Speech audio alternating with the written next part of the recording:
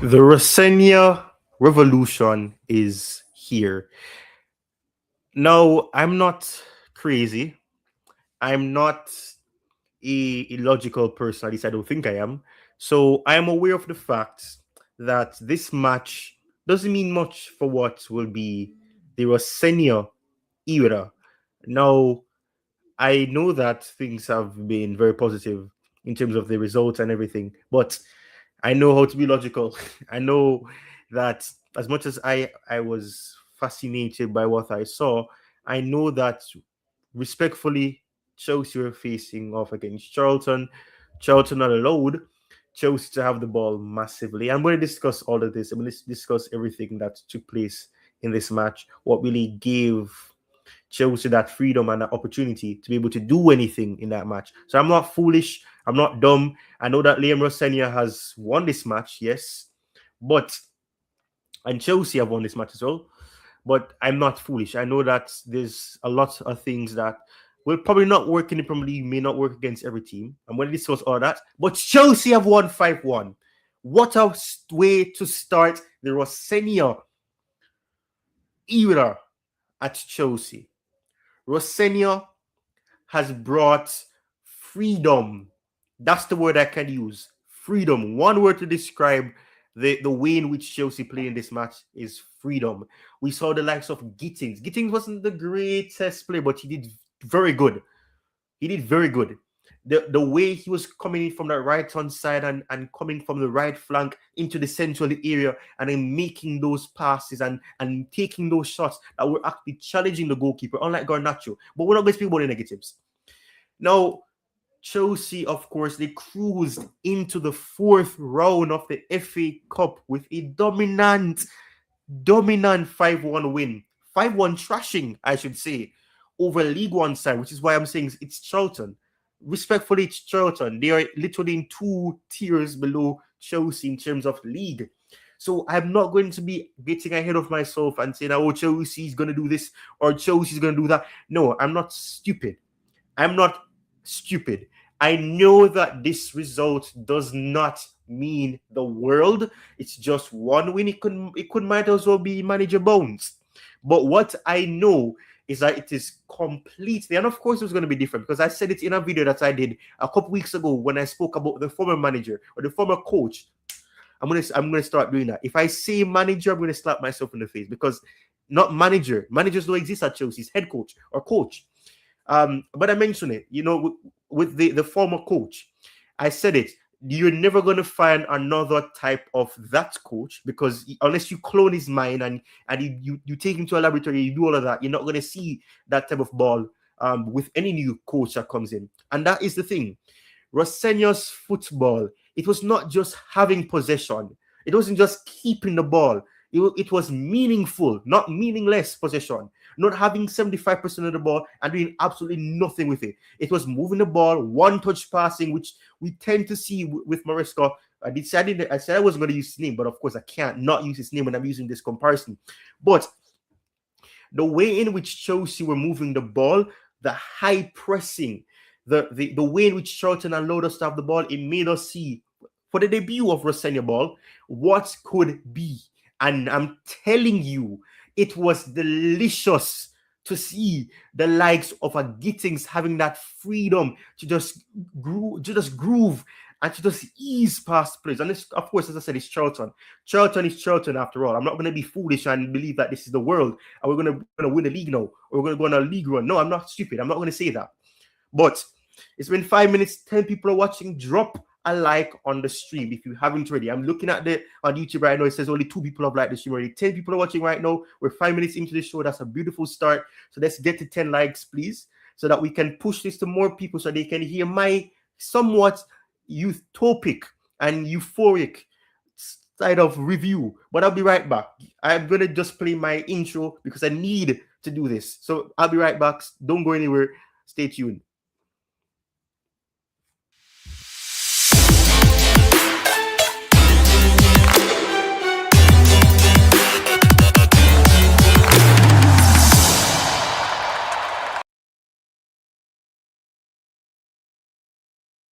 Right. I don't know. There's some malfunction with that, but we digress. We move on. We move on. We progress.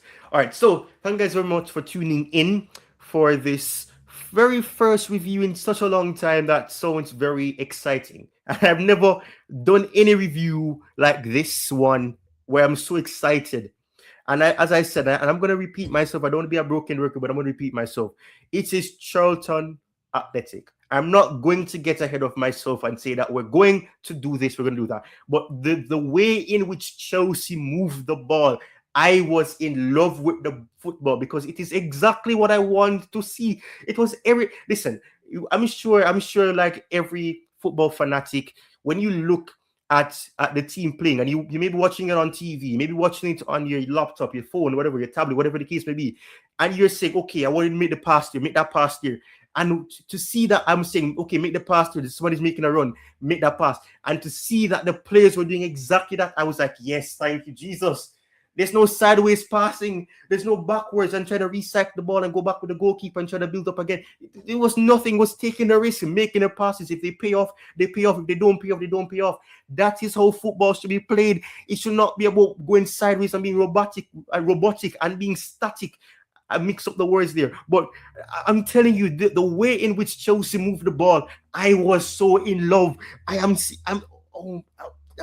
Listen, man, I'm telling you, the way in which the ball was being moved, I'm saying, yes, this is football. This is high octane. This is what you call dramatic football. This is the football that gets people off the edge of their seats. You know, Garnacho, despite missing those chances, to see him have the freedom to be running and easing and grooving and doing all of that, and then taking a shot that goes slightly wide, could have hit the bar and go in. Who knows if it was slightly to the left. But the fact that he was able to have such an open avenue, and I said it's Charlton Athletic, we're going to have these moments.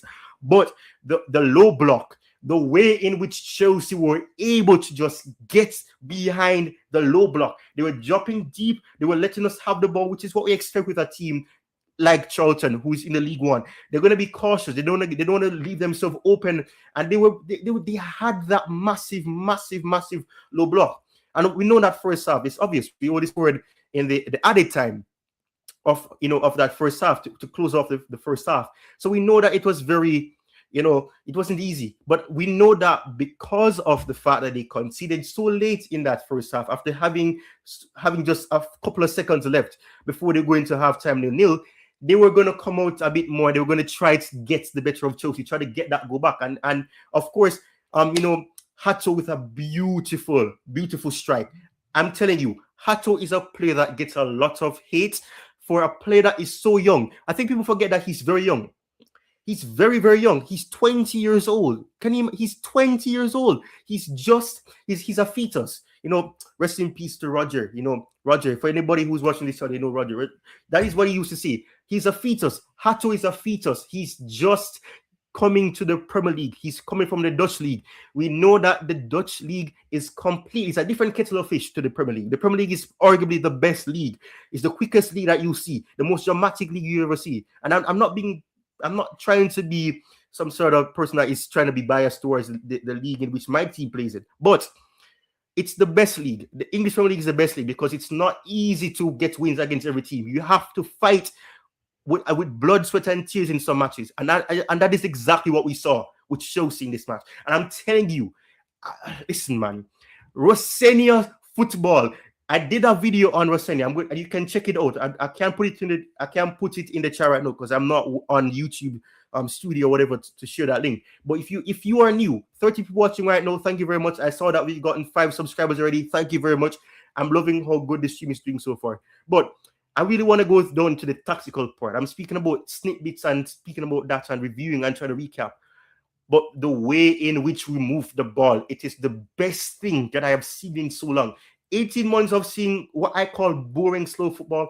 As I said, I don't want to sound like a broken record. For anybody that's watched each other long enough, I've always said I understand what Maresca wanted to do. Don't get me wrong. I understood what Maresca wanted to do. And it can work. But you must be able to take risk. You can't always be conservative and be careful and be cautious. And I don't want to do this because I don't want to lose the ball. No, that is not how football works. You must be willing to take risk. You must be willing to take the chance.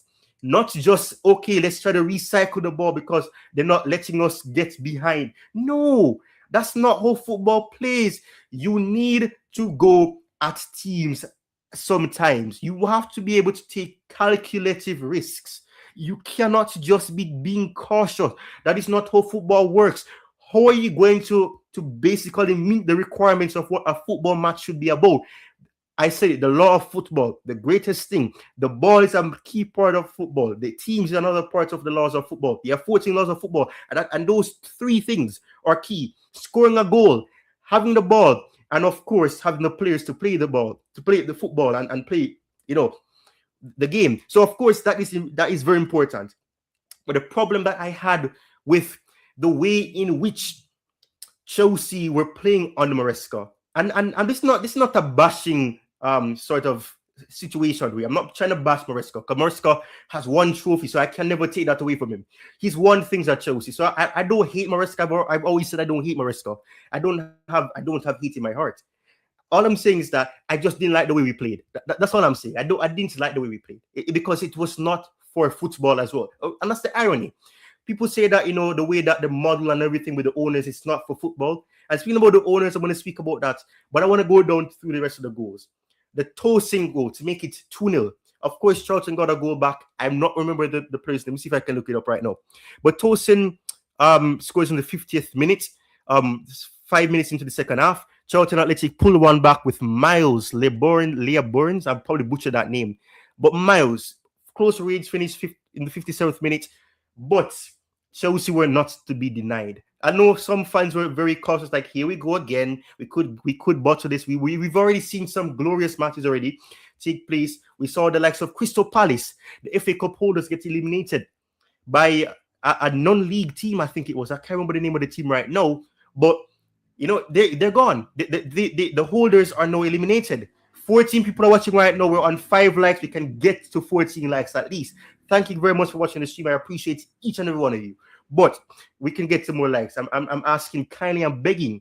I'm not a big channel, so I know that I have to beg for likes as well, as my good friend and brother Coachilla from Chelsea Perspective would say. Beg for likes. I'm not afraid. I unashamedly will beg for likes. I have no worry. I don't have any problem with that. I like to be humble and try to be respectful, so I'd have no problem with that. But the way in which we played under Maresca, and as I said, this is not a session where I'm going to just be bantering or teasing or criticizing Maresca. No, not just that. It's just a case of the slow football. It just didn't seem like he was going to really get us to where we want to be. Because yes, you can win the league by being pragmatic. We saw it with Jose. We had Jose, who was the definition of pragmatic football. We know that. That's not the problem. The problem is that as I said, take risks. If you take risks, then fantastic. Take calculated risks. I'm not saying just take risks and just jump into the deep end. No, I'm not saying that. Take calculative. The key word here, the operative word is calculative or calculative, whatever pronunciation you want to use, risk. If you take those risks and you don't put yourself in a situation where you're going to be, getting beaten or you're gonna lose your man, all of that. No. Do it. But one thing that I have to say, the midfield dynamics was so different. Caicedo playing and Jay Santos getting the chance to play under a manager that loved him at Strasbourg. That is what you want to see. You want to see the players doing what needs to be done. And that is exactly what they did. The way in which the midfield was so compact, there was no gaps. There was little, and as I said, it's Charlton Athletic. When we face off against Arsenal in the week, we know that it could be a different situation. I'm not being foolish. I'm not going to let this win get me over the top and be head over heels over a match against Charlton Athletic, who's in League One. But the way in which the team was so compact, the chemistry that we know the team has, it was in full swing because Liam Rosenior, he was very vocal. As we saw it with Maresca, Maresca was always vocal. But the problem is, the way in which he was demanding, and he was telling the players that do this, do that, do this, do that. And this is the one thing that I have to respect with Rosenior. Rosenior knows that the players may have some need for guidance, and he doesn't just leave them out there to just struggle. He gives them guidance. He's able to hold their hands figuratively and probably literally. I don't know if he does So overall, but because I'm not on the training ground, I don't know what they do in common. But what I do know is that based on what he does, he's able to give these players an idea and explain the ideology that I want you to do this, do that, do this, do that, and if you do this, then we'll be okay. It happens in football. There was that thing where you were saying it happens in football. Don't worry about losing the ball in the game. Just do it. Take the risk. Press high. Work together. Come back. Drop deep. Be able to time runs. And that is the thing. Liam Delap missed a chance, but the way in which he played, and I tweeted this on X. I said that I cannot wait to see the likes of Neto, Joao Pedro. Maybe I should have listened more players, but I don't have premium on X, so I can't put every player that I know would probably develop better on the Rosenior. It's going to take time, progression, time, as it's gonna take a lot of work, effort. This is just Charlton. It was a good game as a little debut of Rosenior-ball, and it was beautiful to see, because the way we moved the ball, it wasn't boring football going backwards, sideways, backwards, sideways, backwards, sideways, going back to the goalkeeper all the time. The only time we tried to recycle the possession was if Charlton was starting to press us when they had those waves of high press. That was the thing. But when we did go back to Jorgensen, and Jorgensen did get challenged quite a few times, but of course there's chances where Charlton missed completely, because it's Charlton. They're in League One. There's a reason why they're in League One, because they have those challenges. They don't convert their chances because they had chances. I'm not gonna be hypocritical. I'm not gonna be a person that's gonna be biased. Charlton could have made this game go differently if they could take their chances, but that's could have, should have, would have, and I don't like hypothetical. So 90 people watching, get the likes up. Please subscribe if you haven't already. I'm trying to get to 5,000 subscribers. We're getting there slowly but surely. 90 people watching, drop a like if you haven't already. Let me know what you guys think. There's only been one comment. I respect the fact that people are just listening to me. Fantastic, but drop a like. Let me know your man of the match as well. Hato was my man of the match. So who was your man of the match? Let me know who you think is the man of the match, because I think Hato was my man of the match. There's other options. There's Caicedo. You have Gittins. People who can argue Gittins was very good. If you can argue Enzo Fernandez when he came on, you could argue the likes of Caicedo, as I said. And essentially that defense. But I say man of the match, Liam Rosenior. Yeah, thank you very much, Matsuki. I'm going to bring this up. I hope I didn't butcher that last name. It says, in Rosenior, we trust 100%. We trust Rosenior. We believe in it. And I know that a lot of people, the Blue Co out ban is out and in full swing. We heard it in the crowd. They were singing Roman Abramovich. They were saying that Blue Co doesn't care about us and we don't care about them. We get it. I don't want to speak about the negatives per se, because I need to go through the rest of the goals. But what I want to say is this as well. After that goal, that Charlton got, we saw in approximately the 62nd minute, 5 minutes later, Mark Dew, the player that I know offers something differently from the likes of a Delap or a Joao Pedro. His pressing, his aggression, his ability. I can't even talk right now. His ability to time his run to perfection, to be able to get into the spaces and to get into those avenues. And that's the thing. But this is what so Matt is saying: we must back our gaffer, and the boys forget Blue Co out. Well done, Liam, up the chills. 100%, Matt. I agree with you. Thank you very much. I agree with you 10,000%. Forget about the Blue Co, because if we're winning on the pitch, that's all that matters. Blue Co is a different situation. We can talk about Blue Co thousands of times, but in this situation, let us focus on the team, because the players are the ones that are going to be scrutinized if they don't score, not Blue Co. Because Blue Co can only be blamed for the business part, the model and all that. We don't care about that. If the team wins, that's all that matters. Because at the end of the day, hopefully, when these owners eventually leave, when their time comes to an end, hopefully Chelsea will still be around and Chelsea can continue to grow as an institution, as a club, and hopefully they can do things. And hopefully with these owners as well, we can win things that really matter as well. The Conference League, yes, it's a glorified third tier European trophy and competition. And that's the situation. It's very competitive this year. Strasbourg had a real challenge. Crystal Palace had a real challenge as well. But it is a third tier competition, so we can't be fooled by that. But what I'm saying is that Rosenior did so well. He was very animated. He's very vocal. He's very passionate about his work. We for people who watch his press conference, his first press conference for this game, he spoke so confidently, so modestly, so I'm running out of synonyms and adjectives to really compare and use similar words. But you get my point. If you watched his press conference, he speaks so well. He's so eloquent in the way he speaks. Listen, man, I don't want this to be maxing lyricals and doing poetry and all that. No. But what I'm saying is that the way in which Chelsea played, I was just in love. The way we moved the ball was just terrific. Terrific. It was just terrific. It was delicious football. Tremendous effort, high pressing, high aggressiveness, togetherness, working as a unit. And I know that the team is not the greatest. We're not going to be able to compete against the Liverpools, the cities of old and of current.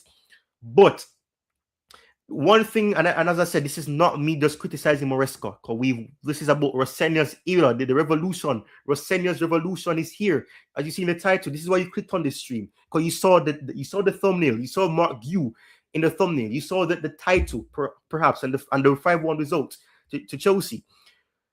But Maresca kept complaining, and I don't curse on my channel as well, so I'm not going to curse, but he was whining and whining and whining and whining and whining and whining and whining and whining and whining and whining and whining and whining. And I get it. You want better players, but you did not get those players. Work with what you have. Be adaptable. And that is my biggest problem. It was always that, we should have got the centre back. Yeah, we should have got a centre back. I agree with you. Tosin is not the greatest player. Chalobah has the Bozo gene. Toes has the Bozo gene. Badiashile has the Bozo gene. Fofana can lose the ball a few times here and there. Just Achimpong is still learning as well and can make mistakes because he's young. These players are relatively young. They're relatively inexperienced because a lot of them have been injured at Chelsea. They're inexperienced at Chelsea, I should say. Some of them are. They've had experience at different clubs. As I said, Monaco for Badiashile, Disasi, Tosin, Fulham. And I'm saying the experience that we have, Fulham, having experience of being at Fulham and being relegated, that's not experience you want at a club that's trying to win the league. I'm sorry. That's not what you need. You need the winners. You need mentality monsters, as Klopp would say. Mentality monsters. You need people that have the grit, the fight in them, that when nobody else is doing it, they can step up and say, I'm going to take the team by the hand and I'm going to lead them towards victory. That is what we want to see. And we don't see that under Maresca. It's always about complaining and whining and whining and whining and whining. And this is the football casual. Says, I just need Tosin to get his value up for the summer. Good performance for that. I love that. Thank you very much. I thank you for watching as well. I appreciate you coming in and joining the stream. Thank you very much. Greatly appreciate you being here. Always 100%, 10,000%. But as I said, going on to the rest of the goals, man. Mark Guew, beautiful goal. Time to perfection, and he pounced on that rebound opportunity. And of course, we know Pedro Neto coming on, late strike. And Pedro Neto looks slightly better. He may be able to instruct. Because I don't know how many people saw when he was doing this. He was telling Hato to go that side, go in behind and all of that. And then he made that pass. And then we see the gaps opening up and he just turn and he does that beautiful thing. And then what happens? Chances are created. And we had a lot. I'm going to try to go on football right now. And I'm going to try to bring up the statistics because I'm not a stat man per se, but the statistics cannot lie for everything. Stats are relevant in some capacities, and right now in this match it is a perfect example of why stats really do matter. Because I believe that a lot of our shots were not just shots for the sake of shots. They were off target, some of them, but a lot of them were very close to being on target. That's the thing. And so I brought this up. I'm going to share the screen now. As I share the statistics, the stats, so the possession and everything. As you guys can see, 5-1 to Chelsea, or Charlton 1, Chelsea 5. 17 people watching right now. Thank you very much for watching. Thank you for liking as well. I'm seeing we're at 12 likes now. We can get 5 more likes to get to 17 people watching. Let's match both of that. Well, I'll go to the statistics now. So you can see that Chelsea, of course, in the latter parts, they look at the total shots. So 14 of the shots were off target, but this is what I love the most. And so let's go from one statistics to the next. So ball possession, 26% for Charlton. They dominated the possession at one point. We dominated the possession in the latter parts overall. from 45 minutes in the first half, the second half. In totality, 74% for us, 26 for Charlton. Expected goals, XG. The XG is so big, and we exceeded our XG. We outperformed it as well. 0.95 for Charlton and 3.59 for Chelsea. We as I said, we outperformed it. 30 total shots. Can you imagine? The last time I can remember we having 30 total shots in that game where we were dominant, and of course it's Charlton Athletic. I'm not going to stop repeating that. If we didn't perform like this against Charlton Athletic, something would have been wrong because it's Charlton Athletic. No disrespect to them, no disrespect to their fans, but they're in the third tier, I believe, if I'm not wrong. Yeah, of English football. So it's expected. So 30 shots, 16 were on target, and we only scored 5. So only a third, or slightly less than a third of those led to goals, led to the scoreline being added to. So big chances 9. 6 big chances were missed according to FootMob. 0 big chances missed. They had 1, and they of course scored it. Of course, accurate passes, 186 of those passes that they had were accurate, 71% accuracy overall. 692 accurate passes, 92% accuracy, which is okay because we saw a lot of close range passes as well. So of course the possession and the accuracy of the passing is going to be there. Force committed is 11 from Charlton, 7 from Chelsea, 3 corners for Charlton, 6 for Chelsea. And we go down here, we see more definitive explanation. So 5 of the 30 total shots that Chelsea had were blocked. 16, as I said, were on target. 9 were off target. And of course, that gives you the totality of 30. 5 block shots for Charlton as well. We defended very well as a unit, and we saw some defensive capabilities on the Maresca. So this is not like it's anything new. When Chelsea are up for the game, they will defend as a unit. We saw this against teams like Arsenal and all that, where we just conceded 1 goal with 10 men. So we know that we can defend as a unit when the team is at its greatest, and they feel up for the match. And they were up for this match. You could see it. But it's a tale of 2 halves, as I said. Tale of 2 halves. The first half was more frustrating, but we saw beautiful football nonetheless. So that is the statistics. 60 people are still watching. I appreciate you guys staying here and listening to me yapping like a madman. And I thank you very much. We're now at 4,230 subscribers. I thank you very much for subscribing. I really appreciate it. Thank you very much for doing this. It's greatly appreciated. Believe me, I really appreciate the support. Thank you very much for doing so and for tuning into this match review. I know there's many people doing match reviews right now, but the fact that there's so many people watching me right now, really appreciate it. Believe me, really appreciate it, and it's greatly appreciated. Thank you very much for tuning in. But I don't know, man. I don't know if it's 27 minutes of the stream, and I thought it would be like, it feels like it's been longer than that actually. But anyways, but we see the statistics here. I'm gonna see if I can go down here. So duels 1, 63 for Chelsea, 42 for Charlton. 26 ground duels 1, 37% for Charlton, 44 ground duels 1. That doesn't really look good for Chelsea, but 63% ground duels 1. Aerial duels 1, 19 aerial duels for Chelsea, 54% there. 16 aerial duels 1, 46% for Charlton, I should say, and 4 successful dribbles, 40%. That doesn't look good at all for Charlton. 59% of successful dribbles with 13 for Chelsea. And of course, we see Enzo Fernandez getting the greatest rating on the highest rating, I should say, on FootMob. 8.7 with a star there, and they're also the man of the match. People said Enzo Fernandez is the man of the match, which I can't really argue with. Moises Caicedo, listen, I cannot tell the last time that I saw 8 points anything for a Chelsea team or Chelsea 11 or Chelsea starting 11 or Chelsea players. But look at this. Once you go down, you see a lot of 8s. And of course, Estevao is the only 7 point. Oh, that's not even bad. 7 out of 10 is still not bad per se. But 8.5 for Moises Caicedo, 8.2 for Tosin Adebayo, which is shocking for a lot of people. Buonanotte had a very difficult game, but he still showed some promise. He showed that he can be very good. He's very young as well, so we have to remember that these players are young. 8.2, just like Buonanotte for Hato. 8.2 for Gu, who scored a goal, as we've said. 8.1 for Andrea Santos. Josh Achenkpong with 8.0. Estevao 7.5, as I said, and Jamie Gittings, he wasn't necessarily bad. He wasn't the greatest.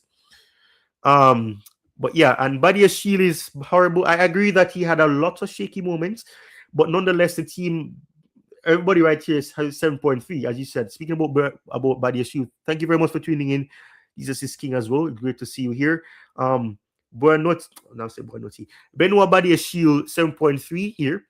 Miles Leah Byrne 7.2 there. First Charlton player to be shown on the football rating.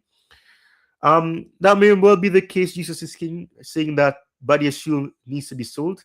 We'll see what happens with him. I believe that there's still a good player in there. He has the Bozo gene, as I mentioned. If you were here earlier, you'd have heard me say that. He does have the Bozo gene, so I'm not really surprised that you're saying that. But at the same time, you know, we have to be mindful that he's a player that has mistakes in him, and all the defenders that we have mistakes in them. But this is where it gets very negative. Sorry, you said. Oh yeah. I agree with you. Yeah, Jesus King says a lot of the championship teams have giants as defenders. Yeah, they do, and that's the thing. They have giants, which is very funny. But yeah, but this is where it gets negative, as I said, James. So we have Philip Jorgensen. And you can see in the chat as well, Nightbot is sharing the Josh Ashington video. We spoke about Josh Ashington briefly. But you can see this is where the negatives start to come into play, because James Bree 7.1, and then you see a massive drop, I should say, from Tyrese Campbell, who I've heard his middle name is Tupac, apparently. That's what I heard about Tyrese Campbell. I don't know if that's true. And then you have Maclay. Is it Maclay? Maclay, I think that's the name. I don't want to butcher this guy's name, but Tyrese Campbell, as I said, has 6.6 rating according to FootMob rating. Maclay has 6.4. Garnacho, which is not surprising, with 6.4. He wasn't the greatest. He had chances and he didn't take them. It was frustrating to watch him. Karoy Anderson 6.3 for Charlton. Greg Doherty. Probably butchered that last name, but Greg 6.3 for him. He played 67 minutes as well. You guys can also see. I hope you guys can see the rating as well. I do hope you can. I'm still dictating it anyways. So Sonny Kali 6.2. Liam Delap, who came on for 21 minutes, 6.2 as well. Will, I should say, has 6.1 rating according to FootMob. Joaquin Costello with 6.0 for Charlton. And of course, we're seeing most of the Charlton players coming into free now. Then we have Isaac with 6.0 as well. Then you have Charlie Kellman, who has 5.6. He starts the 5 point anything rating here. Lloyd Jones with 5.3. Keenan, I don't want to butcher that last name, so I'm not going to try to pronounce it. 5.3 as well. Then you have Amari Bell with 5.2, and then you have Connor Coventry 5.2, and then Pedro Neto came on for 5 minutes. So according to, which is crazy actually, he came on for 5 minutes and he scored. Wow, that's crazy. Wesley Fofana 5 minutes as well, not enough according to FootMob to give a rating, and Harvey Nibs came on for only 8 minutes. And according to FootMob, not enough to read. 24 people watching right now. Thank you very much for watching. I really appreciate it. We're getting closer to 5,000, and this stream is just blowing up right now. I'm absolutely grateful for this. Thank you very much for tuning in to this wonderful stream. Thank you very much for tuning in. And we're getting there slowly but surely. We're getting to the goal of 5,000. Oh, 100%. He will enjoy life under Liam. As I said, I don't really want to mention Maresca, but I really want to know if what we heard that he was being told not to play certain players, if that is the truth. Because if that is the truth, then I don't respect that. I don't respect the usurping, and I'm using a lot of terms that I know in law, usurping the responsibility or the role of the coach. When you give a certain authority to a coach, they should be able to do the tactical, choose the players, do player development. You should not be dictating what they should do. If that is indeed true, then I don't respect that. But if it isn't true, and it's a case where Josh Ashington could have played and it was just Maresca deciding not to play him, then I don't respect that. But I'm not going to speculate. I don't know the stories. I wasn't in the dressing room. I wasn't in the boardroom. I wasn't in the discussions. I was not a fly on the wall when Egbali and and Maresca and all those people were having that meeting. I'm starting to lose my voice. You probably can hear it because I was shouting when he scored, and I've been talking for a while now, but I'm losing my voice slightly, so I may not get to do this stream as long as I want to. But my voice is getting worse because I was shouting. It's the first time we've won a game in so long, so yeah. I don't know. I may have to get some water, because my voice is really going away. But yeah, with 21 people watching right now, thank you very much. With more game time, Hato will come good. I mean, yes. And this is where Chelsea perspective, I'm giving you a shout out right here. Although you don't need a shout out from me, Chelsea perspective. But this is what I'm talking about. A lot of people are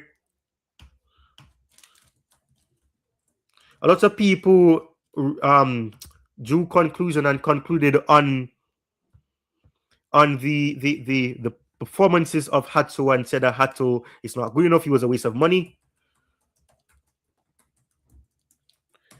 So sorry, somebody was just messaging me. I was just talking about, but yeah, and I'm telling you, we cannot judge players based on application by one manager, and that is why. And I don't like to sing praises for myself, but this is why I do player profile videos, so that fans who are willing to watch my videos, listen to my annoying voice for about 5 to 6 minutes, sometimes 10, 11 minutes.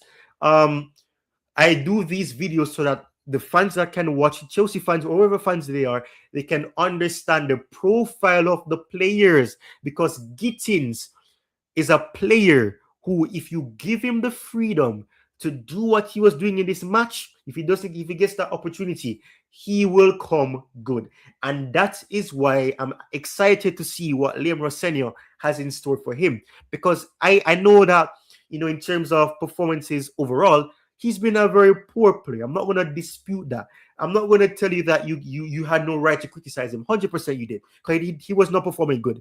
But there's circumstances, there's substantial evidence to explain why he was struggling, because the way he was being utilized, it is not the way he played at Dortmund. And we speak about German tax, and we know that German players tend to need more time to adjust the league, if they do adjust the league. So I understand that. But the problem that I have is that Maresca did not understand his players. And I keep saying it, I'm not bashing Maresca, because as I said, he won trophies. He left Chelsea in an okay-ish situation. We weren't 12 or 15. But of course, he didn't do the club any good in terms of the players by leaving in a very abrupt part of the season, January, close to matches like City and all that. But I'm not here to bash Maresca. Listen, I'll say this to you: in Jesus is King, I know you personally in terms of enough. I know you personally enough, and you know me personally enough. You know a lot about me. I've told you that I don't hate Maresca. I didn't like the way we played, but I didn't hate him. And I made this statement as well, just as my good brother Jerry would say. If Maresca came to my door and he was in the rain, or it was snowing, or whatever the case may be, obviously it doesn't snow where I am, but if it was raining, for example, and he's shivering at the doorway, I'm not going to say no, go away. No, I'm not going to close the door in his face and say go away. No, I don't hate Maresca. Listen, hating people it takes too much effort, and I don't have time for that. Life is too short. I don't hate people. So I don't hate Maresca. I just didn't like the way we played. That's just reality. And if you know me, I don't hate people. I'm one of the most respectful people you come across. I listen to people. I take the time to listen to what people have to say.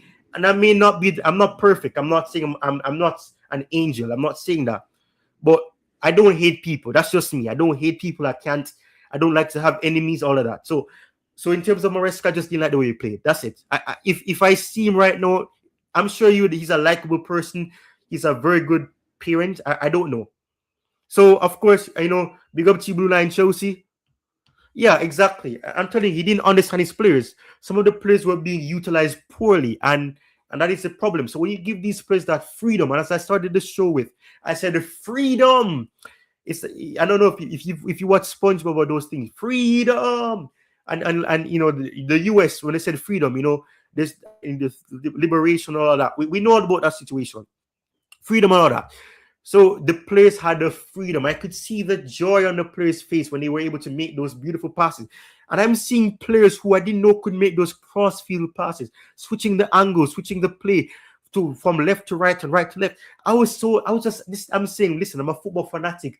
I'm a tactical fanatic. I love tactics.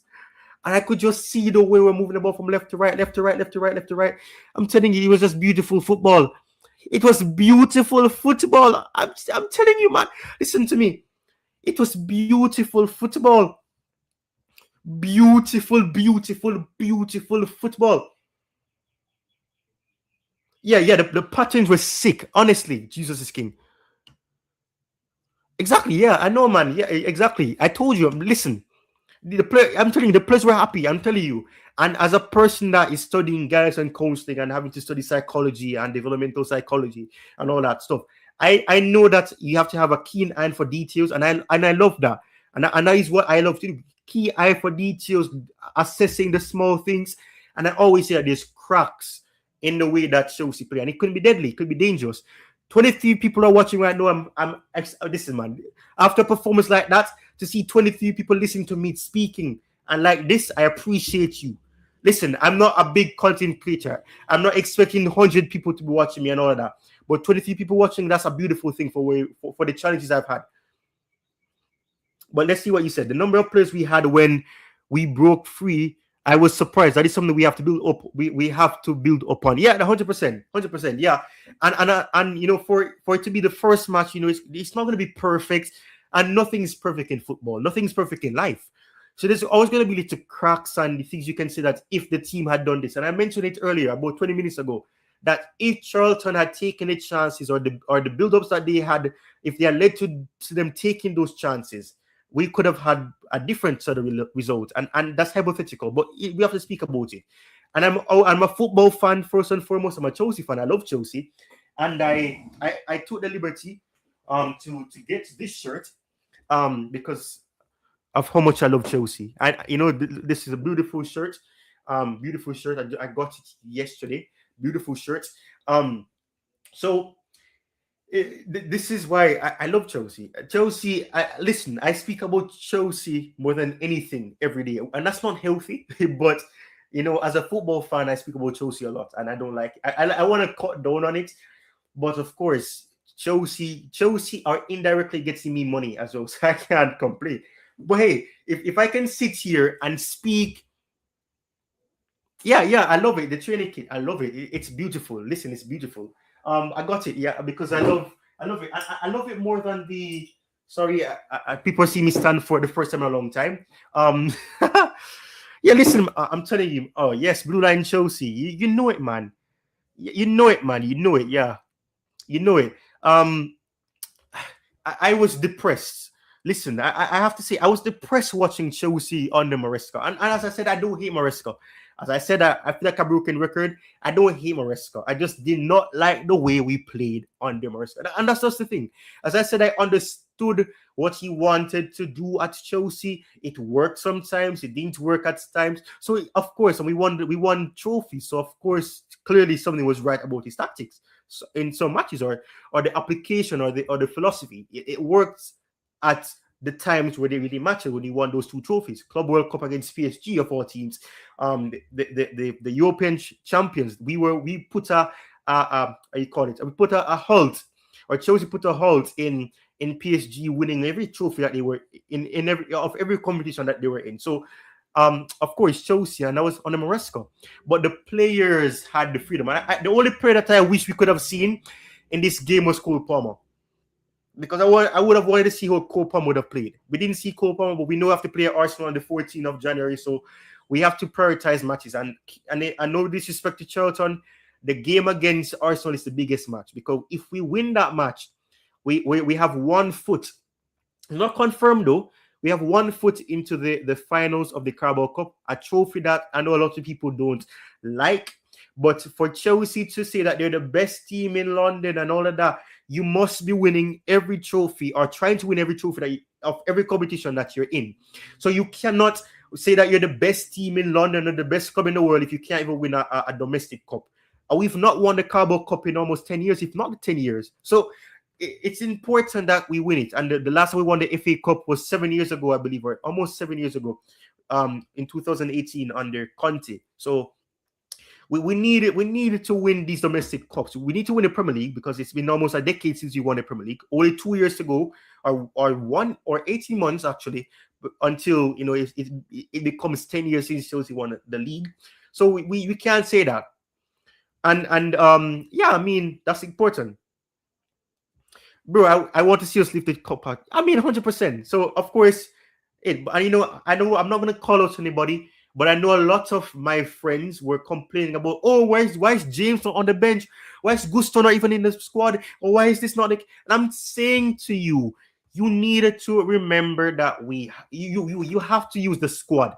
Use the squad that you have. And players like Boanucci was not getting games time. I was saying we should just bring him back to Brighton because he's not being utilized. So why did you get him on loan? Boanucci needed this match. Hato needed this match. Just Achimpong needed this match. We needed to utilize the squad. You have a squad. It's not like we don't have a squad. We have a squad. It's just that the squad is probably inexperienced or the squad may not be good enough to win the league, but you have a squad. Utilize it. We don't have only 11 players or 16 players. We have more than that. So utilize the players that you have. So I did not care about the fact that we didn't see James or Gusto in the team because we won the game, didn't we? Without them. We didn't need. Did we miss James? I don't think so. Do we miss Gusto? I don't think so because it didn't look like we were missing them. At least not to me. Maybe we missed some aspects where James could have been helping that defensive part and all of that. Maybe we conceded. We don't know. But we need to remember this. We need to remember that, it takes time. I know that this is just a sneak peek. It's like getting your feet wet in a pool, or getting your feet wet at a river, or getting your feet wet in the sea at a beach, or the ocean, whatever the case may be. So I know that it's going to take time. I did a video on Rosenior. I know that video is going to get more views now, and I thank you, Rosenior. You have revived my channel. I gave up on this season. I thought my channel could not go any further. And since I've done that video on Rosenior, every video that I've done after that has gotten no less than 1,000 views. And I'm thankful to Rosenior. First was Maresca got me the most ever viewed video. That the tactical analysis video I did on him. That's still the most viewed video on my channel. And I have respect for Rosenior, yes, and Maresca. That Maresca video got me monetized as well. So I have to be thankful for Maresca coming to Chelsea. Don't get me wrong. I'm very appreciative of the fact that he came to Chelsea. But Rosenior has revived my channel. I'm looking at the analytics right now for the stream, and it's almost at 1,000 views. So I'm telling you this. Thank you very much, Rosenior, because everybody's so intrigued. Everybody loves what they're seeing. So listen, man. Listen. We're almost at 1,000 views, man. I'm thankful. I can't even talk, man. I'm thankful for that. And it's all because of Rosenior and Chelsea Football Club. Listen, I'm telling you, people make this joke, and I'm telling you, if you're a Chelsea Football Club fan, you will be the most loyal person in a relationship. I'm telling you, because the relationship that you have with Chelsea, it tests your patience. It's a love-hate relationship. It becomes toxic at times, and I don't believe in toxic relationships. I don't. But I think with a club which some people don't even know the club. People don't know. Chelsea don't know some of the fans, but they know that the fans pay for the merchandise, that they get like 7% or 2% or whatever the case may be. I don't remember the percentage that they get from fanatics and all that. So we know that of course that's the case. But I'm telling you, the 2022-2023 season, oh my word, that season alone was one of the most depressing seasons for Chelsea fans. Chelsea fans were depressed. Chelsea fans were scared of what could happen. Could Chelsea get relegated? People were talking about relegation for Chelsea. We were dropping lower and lower and lower and lower and lower and lower. And that was the scariness of it all. So we know all about that. So if you're a Chelsea fan, and I know that nobody will disagree with me significantly. If you're a Chelsea fan, you're a loyal person, because Chelsea will test your patience. And I'm not talking about even now. Any Chelsea fan that are from the 80s, 90s, they know what I'm talking about, because it took years for Chelsea to win their next trophy. They won the first one. I don't want to get this wrong. They won the FA Cup, funny enough, in 1971, if I'm not mistaken. I don't know why I'm remembering these years. I'm on a roll right now in terms of remembering the years, but I know that's real. Or is it 1970? I don't remember. 1970 or 1971. I know it's 1970 something. 1970, 1971 against I don't remember right now. I'm not gonna try to be too arrogant now. So yeah, so we know that a lot. Anybody who's been fans in the 90s, 80s, they know that Chelsea Football Club tests your patience. Ken Bates as an owner, when people wanted him gone, save the bridge for one pound and all of those. So we know the history of Chelsea. Chelsea is a club that has had it hard. Chelsea have not had it easy. And Roman came in with the golden ticket, as I've seen people say, the golden ticket, and saved Chelsea, brought Chelsea. And we speak about the butterfly effect. What if, the what ifs? What if Roman went to Tottenham instead of Chelsea? Chelsea could have been at Tottenham. We don't know what would have happened. Maybe some other, maybe another manager maybe another owner would have come for Chelsea, and maybe Chelsea's success would have been there, but probably not at the level that Roman would have gotten at Chelsea. But thank you guys for tuning in, man, because we're getting closer to 1 hour, and I don't want to be streaming for too long. But I want to know your thoughts. There's 20 people watching right now. The views are going up and down. That's okay. But 20 people are watching. Let me know what you think. I know people are probably just listening to me talk. Maybe this is just on your laptop, your TV, and you're cooking or you're celebrating. Maybe you're having a party, and you decide to just listen to this channel on Chelsea Session. Listen to me, a young blue. Maybe just saw this on your recommended, and you're a Chelsea fan or you're a Charlton fan. I don't know, but let me know what you think. I've been talking for about 52 minutes now. I want to give you guys the microphone. I want to give you the microphone. As my good friend Coach would say, I'm giving you the microphone. Who was your man of the match? I've seen people say that Hato was the man of the match. I've heard people say that Gittins is the man of the match. Enzo is the man of the match. Caicedo, and the list goes on.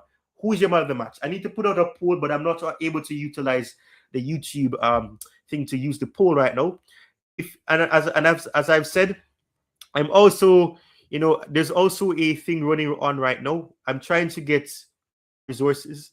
I'm trying to get more resources for the channel, so that I can do better content. I don't like this setup. I want to be able to utilize a better microphone setting and not using this sort of situation. But we start slowly but surely. I know none of the big accounts started out with having fancy equipment. The fact of the matter is that I have gotten revenue from just sitting in a room, sitting on my bed, and doing voiceovers about players or managers' tactics, and it's got me money. I'm not complaining. I know that that's the situation. I'm not complaining, but I would love to be able to bring it. It's 2026, is a new year, a new era as well at Chelsea Football Club. So I want to be able to get the resources that I need so that I can take the channel to the next level, because the channel has a lot of potential.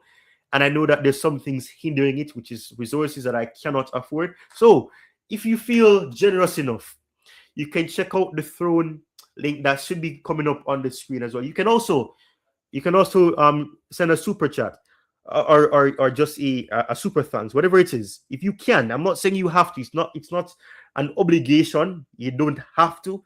But if you believe that you can sacrifice £1, £2, $1, $2, even if it's 0.99 cents or pence, whatever it is, if you feel inclined to donate anything so that I can get closer to getting the resources, because I'm going to be honest. If you go on the channel right now, if you have any understanding of how YouTube works, you'll know that you get paid per 1,000 views, or based on the amount of ads that are watched, based on, and it's in comparison to 1,000 views. If you so add people run ads, or people that pay to get their ads run across your videos, they pay you per 1,000 views a certain rate. It could be $2 per 1,000, whatever the case may be. So the thing is, I haven't made a lot of money on YouTube. A lot of people may see 20,000 views and say, "Oh, you must have gotten a good payout there or something." But no, that's not the case. In totality, and when I say this, it's not me begging per se. It is begging, but this is not what this should be about. But as I said, if you feel inclined to send a donation towards doing so, then fantastic. If you don't want to, that's okay. I'm not saying that you have to. I'm still going to be talking about the match. I'm still going to read your comments because I'm seeing comments coming right now. But if that's just me taking this time on Chelsea sessions to have a session where I am just asking if you guys are willing to just send a donation, so I can get the resources that I need. Also, because I'm in university, so I can also do all of that. But anyways, let me stop begging because I'm seeing the views go down now. So, all right. So let me go back up to here. Where is it? So not Jesus King. Blue Line shows, he says, Maresca left us with the most difficult situation. Facts, he would be disappointed that we won. I don't know about the last part, but he did leave us in a difficult situation. Can't lie, Neto would have started instead of getting on the Maresca. Yeah, that's true. Blue Line shows, he is saying, I told you, Tyrone, there's a light at the end of the tunnel, Maresca. So you're saying the tunnel is Maresca. Okay. You also say, what do you have to say on people saying he's not ready? LOL, is that even a thing? I mean, when I saw people say that, when I say this, I hope you take this as anything inappropriate, because when I say this, I'm just repeating what they said. Can he handle the size of the club? I like that sounds very, very weird to me. Can he handle the size of the club? Is he ready? I mean, what is this thing about is he ready? How will you know if he's ready? Or are you going to say, I'm not sure if he's ready yet? You've not seen him coach yet. He did not even have his first match. And people are turning him into a meme saying that he's Matisse or Matisse or all of those stuff and clone and all those stuff. He didn't even manage his first game. We saw his first training session with the PR and all of that. I know it's PR. I'm not foolish. I know it's PR. But we know that, of course, that's the situation. But yeah, when I saw people say that, I would say, come on, man. Give the man time. I gave Maresca time. And anybody that knows me, I know Jerry, if he was here, he would say that I was trying to persuade him to give Maresca time. So a lot of people think that I just hated Maresca. No, I was his biggest advocate. And I know Chelsea Perspective will say that he was his biggest fan, but I was a bigger fan than Coach Chiller. Chelsea Perspective. I was a bigger fan. I was telling people to give Maresca time. Trust the process. Trust him. It's like you hiring the next best thing. I hyped up Maresca to the moon. So it's not like I hate Maresca. And I know if Jerry was here, he would vote for that in July before, or in May or in June of 2024. I was saying to Jerry that give him time. Don't judge him. He give him time. Let him manage his first game and all that. But what really made me start to say that, yeah, Maresca may not be the one for Chelsea is that he kept complaining about this and that and this and that. Stop complaining. Shut up. Respectfully, just shut up and get the win. And then don't say F off to the haters when you win the Conference League. What is the Conference League, man? That's the C-tier competition. Chelsea were not even supposed to be in the Conference League. We finished in a position that should have gotten us Europa League. And because Man United won the FA Cup, we got demoted to the Conference League, had to go through the playoffs, and we suffered. So Maresca was just complaining, and I didn't like that mentality. Don't complain. Shut up and do the work. You know you came to Chelsea to do a job. Stop complaining and do what needs to be done as a coach. Stop whining and complaining about I didn't get these players, or these players are young, or we're not ready. And that's one thing. And as I say, I'm not gonna bash Maresca. But what I didn't like about what Maresca kept doing is that he kept whining and whining and whining and whining and whining and whining and whining and whining and whining and whining and whining and whining about things that he didn't need to whine about. So I didn't hate Maresca. And I didn't just say I wanted Maresca to leave the club eventually. Not just like that. No, that was not the case. I was voting for Maresca from the very beginning. And then when I lost my patience was in December 2024, coming into January 2025, and the final straw was against Legia Warsaw, when I did not see him try to do anything different with the team, the players, the application. And I said that this man does not have a plan B. It's the same philosophy with different players and change the chess pieces around. And this is all he was doing. He was not progressive football. It was slow build up, doing this. And for people who say that you cannot play possessive football and still play good football, that's what do you have to say about this match? As I said, it's Charlton Athletic, so I know that it's not something to be go over the top over. But look at what happened. The first match of the Liam Rosenior tenure was literally possessive football. I show you the statistics. Let me bring it back up. We saw the statistics. You saw the statistics. We had 74% of the ball. That's possessive football by definition. 74%, 26. And put this in full screen for you guys to see it properly, I believe. That will help you guys to see it. You can see it's 74%. So anybody that was telling me garbage, and I'm sorry, I respect people's opinion, but I'm sorry. If you're gonna tell me that you cannot play possessive football and still play good football, you're wrong, because we saw it in this match. We dominated the ball, and we didn't just have the ball aimlessly. We did so much with the ball. I spoke about it completely. We saw the ball being utilized, and the ball, I don't know if it was the same football that we utilized in other matches. I'm sure the ball, if it was and it was not an inanimate object, I can't talk, man. He would have been grateful that I'm being utilized the right way. This is how you're supposed to be using me. That sounds kind of weird, but you get my point, people. You get my point. So I'm saying possessive football can be aggressive. It can be pressing. It can be impressive. So I don't believe in that, because you have to play possessive football, you have to play slow football. No. A lot of running, a lot of quick one-touch passing, understanding each other. And I'm impressed.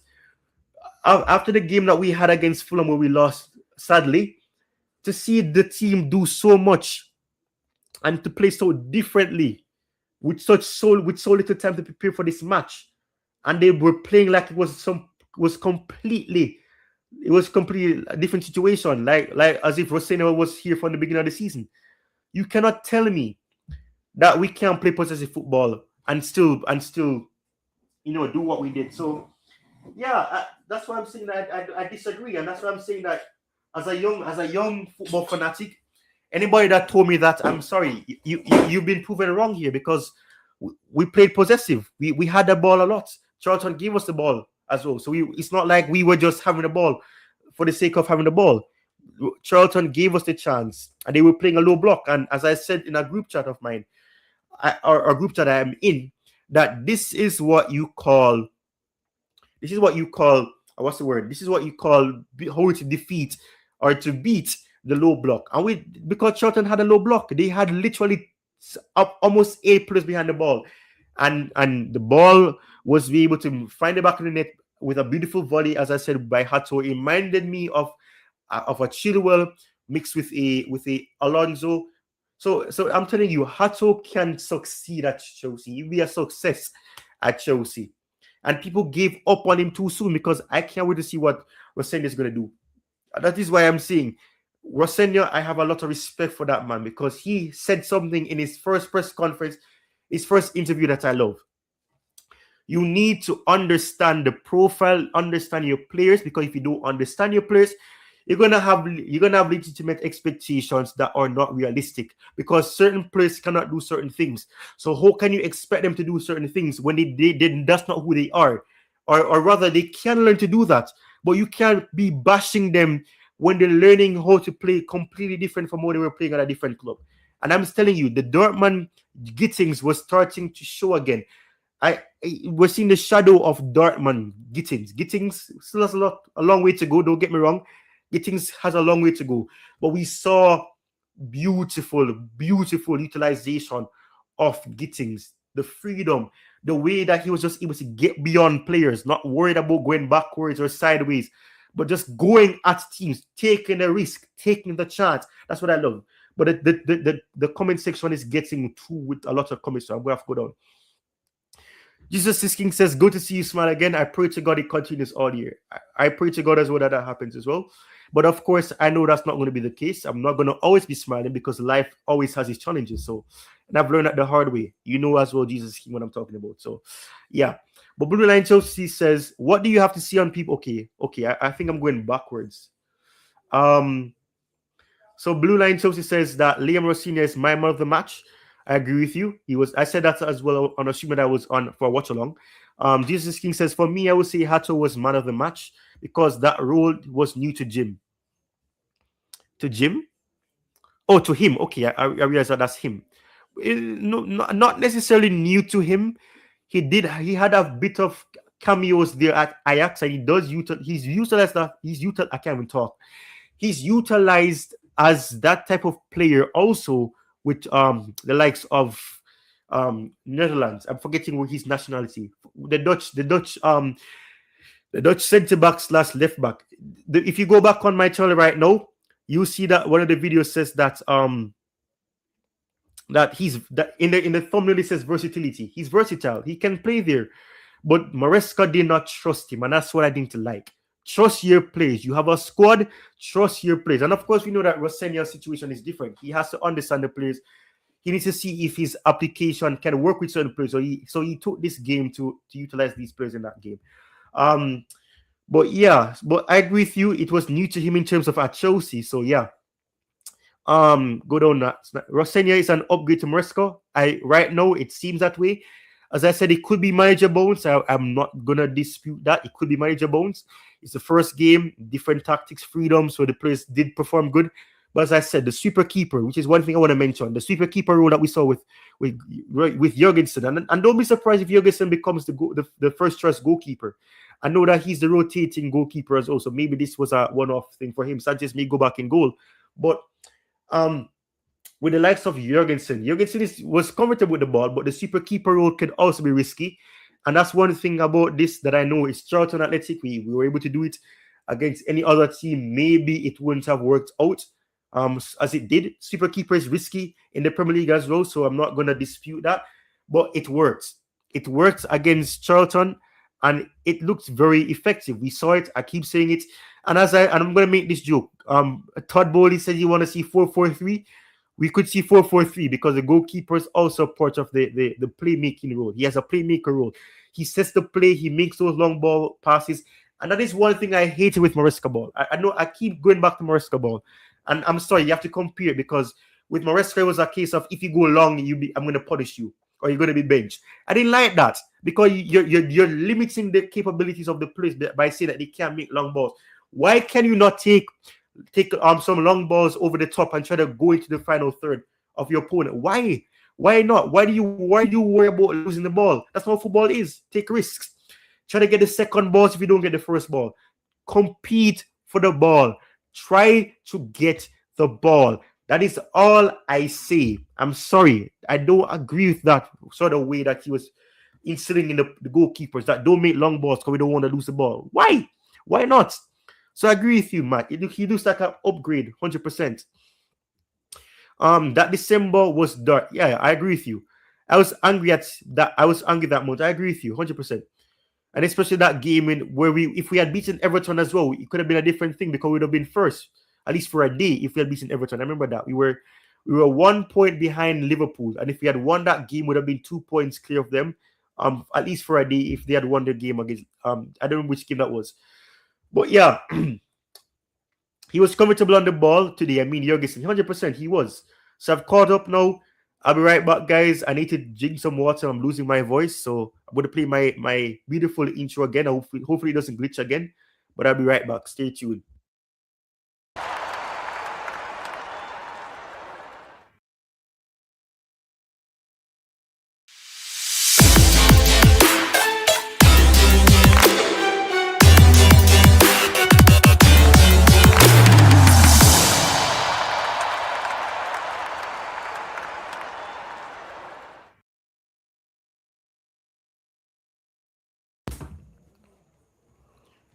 All right, so I'm back. Got my water. Sorry about that glitching thing, and I'm sure it glitched. But thank you very much. 90 people are watching me speak like this. So I really appreciate it. 60 people now. But yeah, just drinking some water. I'm really out of breath. I've been talking for over an hour, so just bear with me. I think I deserve that.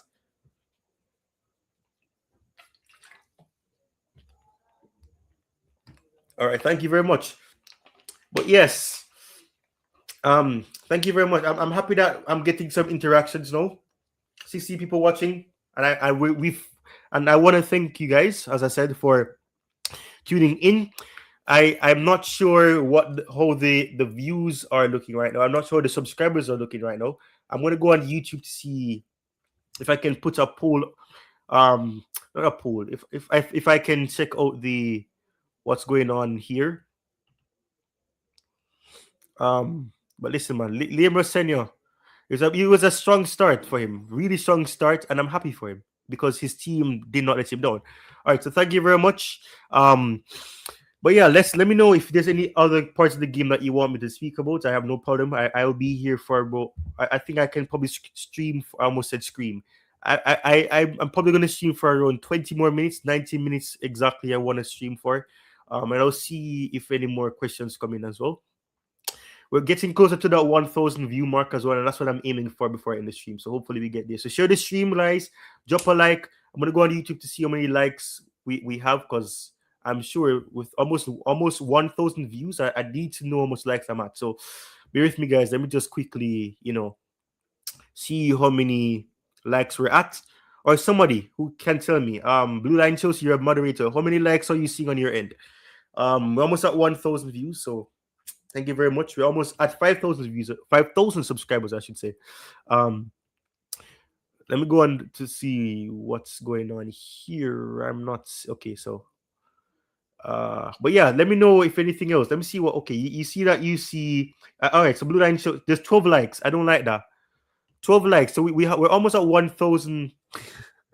We're almost at 1,000 views, and we only have 12 likes. I don't like that, but we're not a big account, so of course the likes are not going to be the greatest. Anyways, let's not focus on that. Let's not focus on that disappointing thing. But let's speak about this. So let's see what he said. Liam, okay, this is blocking my face. I'm gonna have to come up like this. Liam has made it clear that he wants players to take risk, 100%, accept losing the ball and even concede a goal if it comes from bravery and intent. It's a complete contrast to Maresca's rigid system, 100%. It was very rigid. It was robotic, and that's not what football is. Football is not supposed to be robotic, and that is what he was instilling in the players, to be robotic and don't take a risk. If the pass looks risky, go backwards or go sideways. No, that's not football.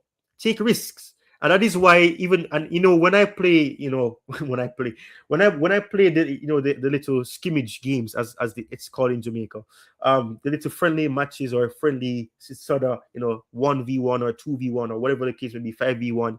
I always make the risky passes, and sometimes I'm not saying that I do when I make mistakes it's good, no, but I always try to do the passes that that needs to be done, or make risky passes. Because when you make risky passes, you never know the ball, the amount of power you put behind that pass could go beyond your opponent, and you never know, it could open up an opportunity. That is why when I play, which is not often, I have medical reasons why I can't play otherwise. When I do play football slightly, or when I try to play football, I tend to do those passes that are risky, so that it's not slow. Sometimes slow build up works. I'm not saying you shouldn't do slow build up, but when the game is at its peak, try to make those very, very risky passes. See what can happen, because football works in a way where the ball can just get a certain amount of power behind it, and boom, your teammate is away. That is what I'm saying. So make those risky passes, and there's so many times on the Maresca where I saw that if the player made a over the top pass, a lob pass, or whatever the case may be, we could have probably gone in behind. I see the likes of a Palmer asking for the ball, and because nobody saw his run, he's frustrated, he's complaining. And I'm sure, and that's why I'm saying, if Cole Palmer was playing today, I know he would have been smiling. He maybe would have cried for the freedom that he got, or you would have gotten in the match. And this is why and I said this to my good friend Jerry, that I see Rosenior's football being somewhat like a mixture slightly of some philosophy of Pochettino versus Maresca. I wish Jerry was here, because if Jerry was here, he'd have voted for me. I don't like to say that I said these things and not have proof, because I don't want people to say I'm lying. But I said all of these things in my video. If you haven't checked out that video already, you can check it out, that Rosenior video. And I'm telling you, the way in which Chelsea plays on the Rosenior is going to be transformative. He's gonna transform Chelsea. His brave football can return Chelsea to the top. If he doesn't follow with the board, if he doesn't follow with the owners, and if he gets the time, oh my word, Rosenior will be the first English manager. I'm telling you, if you give him the time and the effort, then he will not disappoint you. I'm telling you that. That's the confidence that I have in Rosenior. I know, or Rosenior. I don't know his name's pronounced. I try to say Rosenior because I was told that it's pronounced with a Z and not a S. So, or the S is pronounced with a Z. So I'm trying to say Rosenior or Rosenior. I don't know if it's Rosenior, Rosenior. I don't know. So I'm probably butchering the last name. I'm gonna say Liam. I think he's done enough. I think we're friends now. I think we can go on a first name basis. So Liam has brought some happiness, and Jesus King has said it. He knows that I've had one of the worst 12 months of my life.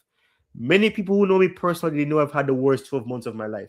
I've had adversity that I've had to go through. I've had life experiences that, man, some people will say, wow, and in Jamaica, we say you're salt. You're salt bad. That's what people say in Jamaica. And when I tell people the things that I've experienced for the last 12 months, they say, wow, I can't believe that really happened to you. And the fact that you've come out and you're still standing tall. And, when I say standing tall, it reminds me of something else and, all of that. So, but yeah, right now it makes me somewhat emotional. I'm an emotional guy. So, I'm not afraid to say that. I'm an emotional person. So, to just think about the fact that I've had one of the worst 12 months of my life, not because of Chelsea. If it was Chelsea, it would be so bad because I would have been able to isolate myself from Chelsea, but it wasn't because of Chelsea. But I had the worst 12 months of my life, and it has not gone easier because life isn't easy. But just watching this 90 minutes of football has really helped me a lot, and it really has. So I thank Rosenior for that, or Liam for that, because it made me realize that I'm not mad. It made me know that what I believe could happen at Chelsea can. And as I said, the squad isn't horrible. The squad isn't horrible. It's not the greatest. It's not the greatest squad depth. But I think Maresca was making it sound as if this team was useless. Like if we don't play certain players, the team could not do anything. That's what Maresca made it seem like. And that's not the case. That is not the case. And that is the way that he was operating. He made it seem as if Chelsea had one of the worst squads. And we don't have one of the worst squads in the world. The squad is inexperienced somewhat, and some of the players are adapting to the team because they were just signed all of that, or they were signed and they got injured or whatever the case may be. But the way he made it seem is that the team had no use. As I said, it's Charlton Athletic. I'm not going to let the 5-1 win get me over the top and let me think that that Maresca had no rights to be complaining, because he had rights to complain. Tosin had a better game, but his shoe was shaky still. So I'm not saying that he had no complaints to make, because he did. The team is not the greatest. The squad depth is not the greatest, but the team is not useless. And that is what, as I said, Maresca made it seem like that the team could do nothing. So as I said, it's Charlton Athletic, but at the same time, the team is not useless. So as I said, I'm going to stream for about 12 more minutes. I'm going to check what the chat has to say as well. We'll have about 11 minutes left to go. So, all right. So nobody else has said anything. 9 people watching. Thank you very much for watching. As I've said, we're almost at 1,000 as well. So thank you very much. Thank you very, very much for the support. Listen, I'm really grateful for the support, because you don't have to. Yeah. So yeah, I'll be right back, guys. I need to take another break. I'll be right back. So just bear with me.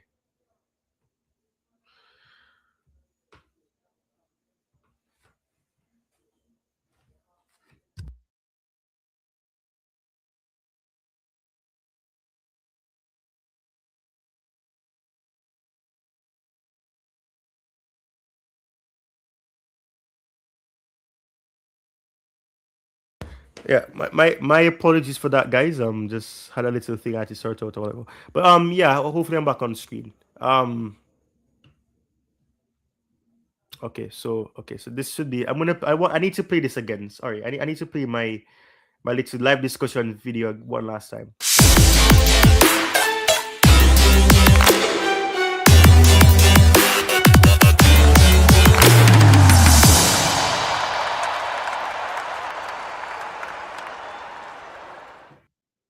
right, so we're back on screen now.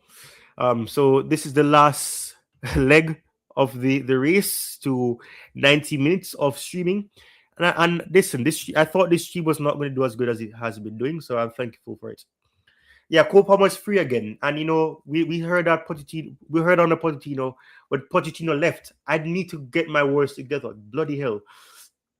Under Pochettino, we know Cole Palmer had the freedom. People said that it was Cole Palmer FC. Yeah, I mean, maybe at times it was, but we saw the best of Cole Palmer. We saw very good football playing under Maresca with Palmer as well, because Palmer was in the Ballon d'Or shows as well. And then he won many trophies, personal trophies, I mean, during the Club World Cup campaign and all of that. So, of course, I'm not saying that on the Maresca he had no freedom.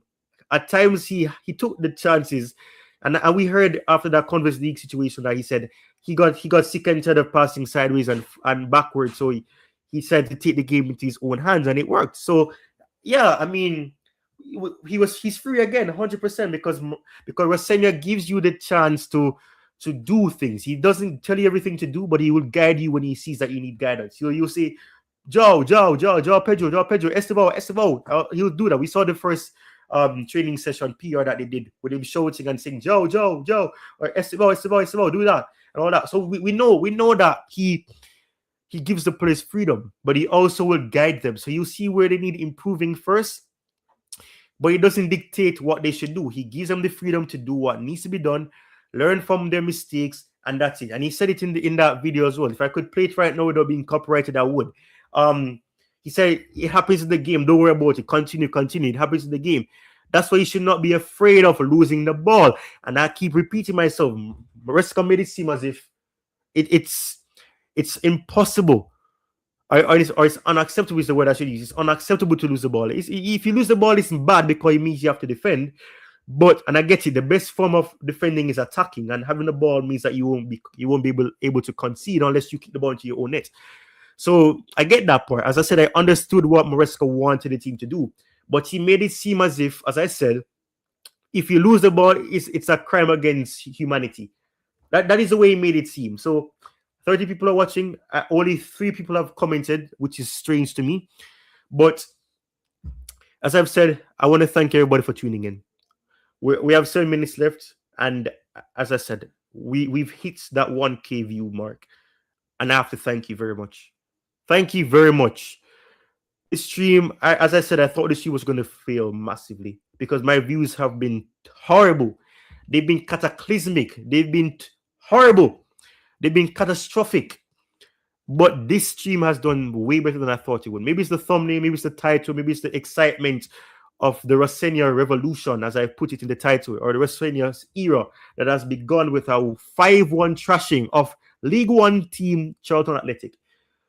But the real test and the real match that we can really test, and not test, we can judge Rosenior on, is the match against Arsenal on the 14th for the first leg of the Carabao Cup semi-final. That is the match that we can really question or judge him on, because this match was not going to be perfect.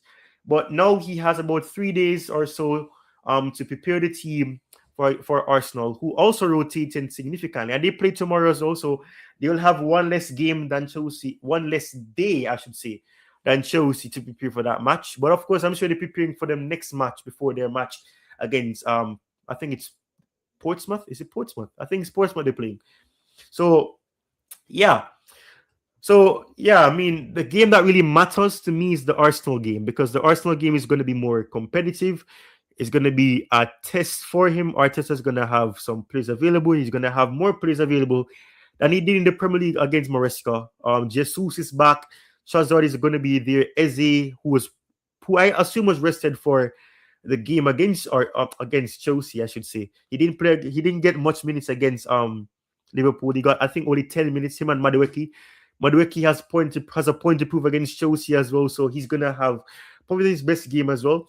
But as I said, what I love about Rosenior's football, and I did say it in the video that I did on him, is the fact that Rosenior football lets the players have freedom.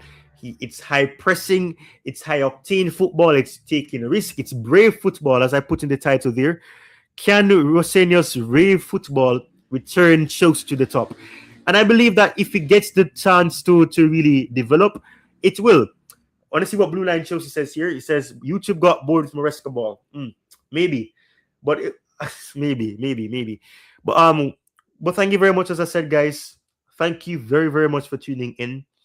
5 minutes left of the stream. 12 people are watching, and we've gotten new subscribers as well. So it's a positive. It's wins all over on this beautiful Saturday night, almost Sunday night for my UK viewers and UK subscribers, and of course other people across the world. It's already Sunday for them.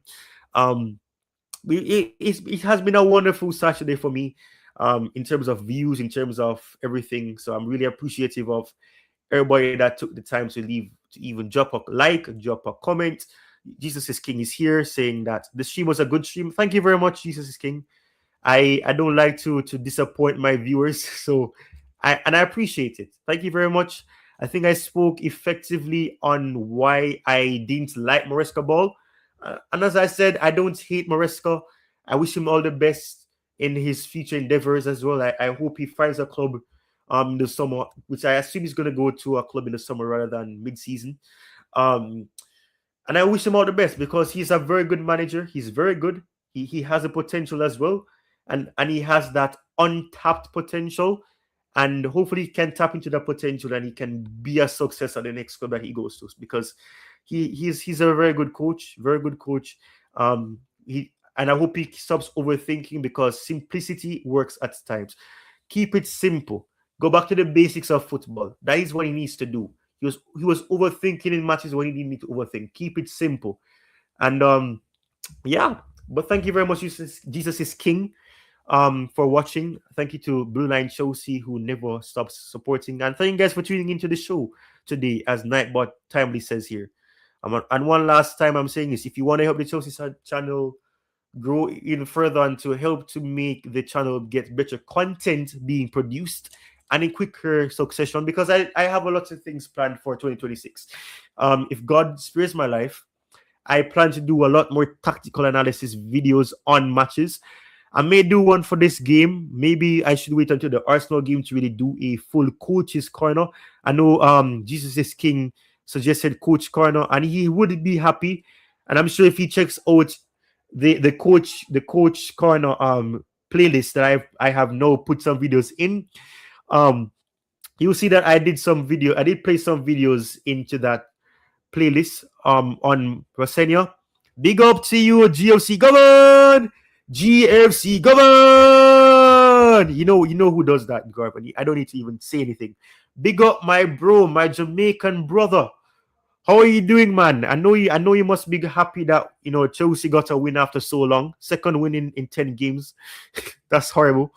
But it's been I forgot how it feels to win, honestly. I know the City draw felt like a win, but big up to you, GFC govern. I wanted to have a solo stream. I know people would have probably wanted to join as well, but I really wanted to give my thoughts. I may do another stream tomorrow if all things go well, maybe to give people the opportunity to speak about what they love about Rosenior football and what they have seen, what the flaws that they've seen. I know that the super keeper thing is one thing that I saw that I don't really enjoy, but yeah. I know you're happy, man, and I know you had a good day as well. With your I don't want to really go into your private business, but you know what I'm talking about. You're a family man first and foremost, and I respect that about you as well. So I know you had a good day in terms of with your family and all that. So I know that even if Chelsea didn't win, I know you wouldn't make that stress you out. But thank you for tuning in. You've come on the later side, because I'm about to round off in about 15, not 15, in about 90 seconds. So thank you for tuning in. Thank you very much, my Jamaican brother. And hopefully we can have a discussion about Rosenior going forward. I know you need some convincing. I know it could be manageable, as you've said. And we don't know how good Rosenior really is in the Premier League. This is against a League One team, so of course it's going to take time for us to really be able to judge him completely. But it's a good start. It starts off with a bang, and I'm happy for Rosenior that it's a massive win. It's a beautiful game of football as well. And I love the one-touch, quick movement football, and it was possessive football. So if anybody that's, as I said, who says that we can't be possessive and still play good football, this game under Rosenior makes you realize that, or Rosenior, lets you know that is possible. So thank you very much for watching. I'll see you guys next time. Keep the blue flag flying high for my Chelsea fans, for the Arsenal fans, for whoever else watches this stream. Thank you very much for watching. I'll see you guys next time. Cheers and peace.